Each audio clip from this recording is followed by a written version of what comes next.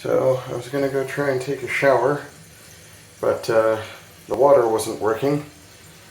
And then I checked the toilet upstairs, and that one was filling super slowly too. And what it turns out is the one downstairs is leaking. And it keeps flushing. And I don't know how to stop it. Like, I've tried pushing down on this, and it just bobs back up and continues going.